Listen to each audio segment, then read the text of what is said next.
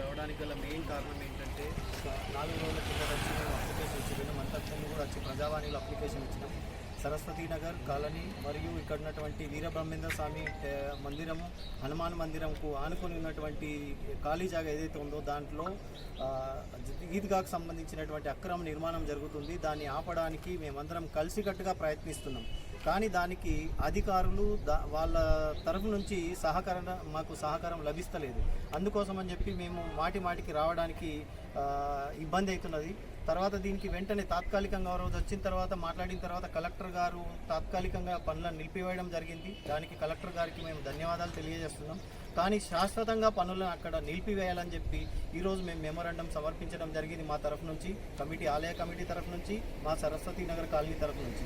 ఒకవేళ దాన్ని స్వీకరించేసి ఇప్పటికిప్పుడే శాశ్వతంగా అక్కడ పనులను ఆపివేస్తే మంచిది. లేకపోతే అప్పుడు ఉన్నటువంటి ఇక్కడ వరద బీభత్సం సృష్టించి ఇప్పుడు వర్షాలు పడ్డ తర్వాత అక్కడ వాళ్ళు చేసినటువంటి అక్రమ నిర్మాణం కారణంగా మొత్తం సరస్వతి నగర్ కాలనీ తర్వాత అక్కడ ఉన్నటువంటి మందిరం మునిగిపోయే ప్రమాదం ఉంది.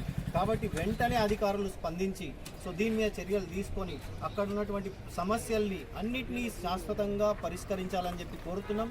ఒకవేళ చేయని పక్షంలో ప్రతి నిర్మల్లో ఉన్నటువంటి ప్రతి ఒక్క హిందువు, ఒక్కొక్క వ్యక్తి ఒక్కొక్క శక్తిగా మారి ఇక్కడ ఒక్కొక్క కాలనీలో, ఒక్కొక్క స్ట్రీట్లో, ఒక్కొక్క గల్లీలో, వీలైతే ఒక్కొక్క ఇంట్లో ఒక్క యోగి నిత్యానంద జన్మిస్తాడని చెప్పి మేము వీళ్ళందరికీ కూడా హెచ్చరిక జారీ చేస్తున్నాం.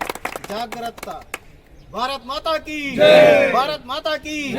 ఆపాలి ఆపాలి ఆపాలి ఆపాలి ఆపాలి ఆపాలి.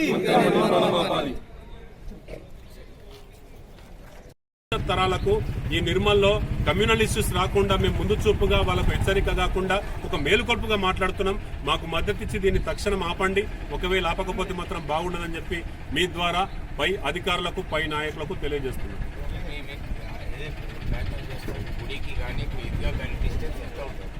గుడికి ఒక అన్యమతానికి సంబంధించినటువంటి దానికి దగ్గర మాకు 25 మీటర్ల దూరంలోనే కన్స్ట్రక్షన్ స్టార్ట్ అయిపోయింది.